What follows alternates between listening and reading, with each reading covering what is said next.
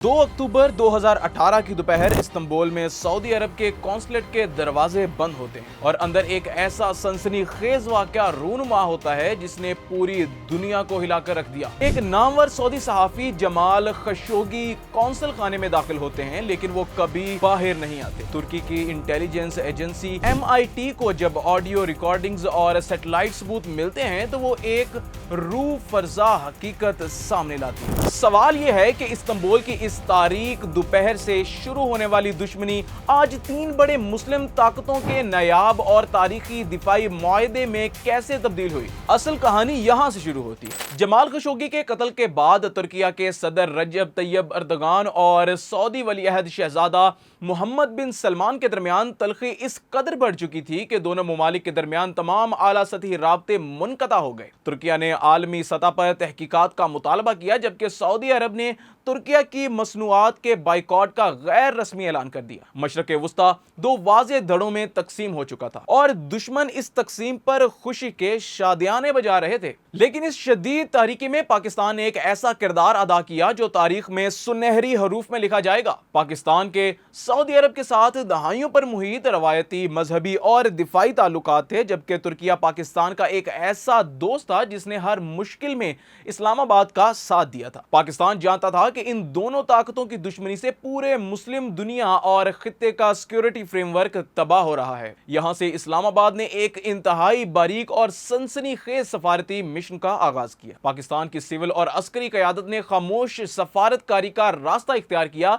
इस्लामाबाद ने ना तो खुले आम किसी एक फरीक की तरफदारी की और ना ही मीडिया पर कोई जज्बाती बयानबाजी की। इसकी बजाय दोनों दारुल हुकूमतों यानी रियाज और इनकरा के दरमियान राब्ते का एक पोशीदा पुल तामीर किया गया। लेकिन असल खेल अभी बाकी था। पाकिस्तान ने दोनों ममालिक को यह बावर कराया कि मशरक़ वुस्ता में बढ़ती हुई कशीदगी, हौसी बागियों के हमले और आलमी ताकतों की मुदाखलत इन दोनों से किसी के मुफाद में नहीं है। पाकिस्तान ने दिफाई और मुआशी ताउन का एक ऐसा खाका पेश किया जिसमें दोनों का फायदा था और जिसकी जमानत खुद पाकिस्तान की अफवाज और इंटेलिजेंस दे रही थी। सफारती महाज पर महीनों की मेहनत के बाद बर्फ पिघलना शुरू हुई। पहले अनकरा और रियाज के दरमियान आला सतही के वफूद की खुफिया मुलाकातें हुई, फिर सदर अर्दगान ने जद्दा का दौरा किया और यूं दुश्मनी का बाब बंद करके ताउन के नए सफर का आगाज हुआ। और फिर दुनिया ने वो देखा जिसने मगरब और सहूनी लॉबी के तमाम अंदाजों को गलत साबित कर दिया। पाकिस्तान, तुर्किया और सऊदी अरब के दरमियान एक जामिया और कसीरुल जहती दिफाई मुआहदा तय पा गया। अगर आप समझ रहे हैं कि ये सिर्फ एक आम मुआहदा है तो इसके अंदरूनी तफसीली खदोखाल तस्वीर मुकम्मल बदल देते हैं। अगर आप समझ रहे हैं कि ये सिर्फ एक आम मुआहदा था तो इसके अंदरूनी तफसीली खदोखाल तस्वीर मुकम्मल बदल देते हैं। यह मुआहिदा सिर्फ कागज का टुकड़ा नहीं बल्कि 3 अलग अलग ताकतों का एक मजबूत इम्तजाज है जो इससे पहले तारीख में कभी नहीं देखा गया। इस मुसल्लस की पहली नोक तुर्किया है जिसके पास आज दुनिया की जदीद तरीन दिफाई सनत मौजूद है। तुर्किया के पास बाई-इख्तार और एकेंची जैसे ड्रोन्स हैं जिन्होंने दुनिया की बड़ी बड़ी जंगों का रुख मोड़ा है। तुर्किया के पास 5वीं नस्ल का जंगी तैयारा कान और जदीद बहरी जंगी जहाज बनाने की सलाहियत मौजूद है। इस मुसल्लस की दूसरी नोक सऊदी अरब है जिसके पास दुनिया की सबसे बड़ी मुआशी ताकत और माली वसाइल हैं। सऊदी अरब इस अजीम दिफाई और सनती ढांचे को माली इस्तेहकाम और टेक्नोलॉजी फंडिंग फराहम कर रहा है। और इस मुसल्लस की सबसे अहम और ताकतवर नोक पाकिस्तान है। पाकिस्तान के पास वो चीज है जो बाकी दोनों के पास नहीं, यानी दहाइयों का तहकीकी जंगी तजर्बा, पेशा वराना और दुनिया की बेहतरीन अस्करी कुव्वत और सबसे बढ़कर मुस्लिम दुनिया की वाहिद एटमी ताकत होने का एजाज। पाकिस्तान की फौज इस इत्तेहाद को जंगी हिकमत अमली, जमीनी और फिजाई तरबियत और तहफ़्फ़ुज़ फराहम कर रही है। यहाँ एक अहम सवाल पैदा होता है, इस तारीखी दिफाई मुआहदे का खित्ते पर क्या असर पड़ेगा?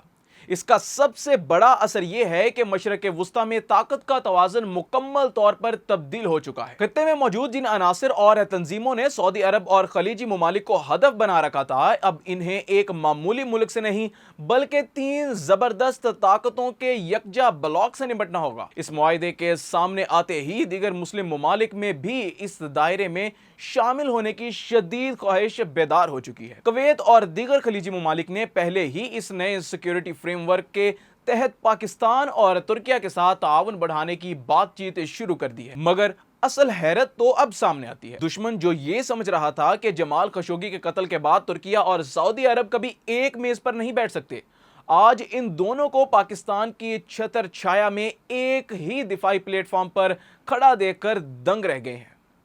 पाकिस्तान ने न सिर्फ दुश्मन की साजिश को नाकाम बनाया, बल्कि मुस्लिम दुनिया को एक ऐसी दिफाई ढाल फराहम कर दी है जो आने वाली दहाइयों तक खित्ते में अमन की वाज़े दलील है। इस्तांबुल के वाक़े से शुरू होने वाली कहानी आज दुनिया के सबसे ताकतवर दिफाई इत्तेहाद पर खत्म हो चुकी है। अब देखना यह है कि ताकत का यह तवाज़ुन दुनिया की सुपर पावर्स की पॉलिसियों को किस तरह बदलता है, और क्या ये तीनों ममालिक मिलकर आने वाले वक्त में मुकम्मल और मुस्तकिल इस्लामिक नेटो को बाकायदा शक्ल दे पाएंगे? यही आने वाले कल का सबसे बड़ा सवाल। अभी तक के लिए अपने मेज़बान अहमद फराज को दीजिए इजाज़त। अल्लाह हाफ़िज़।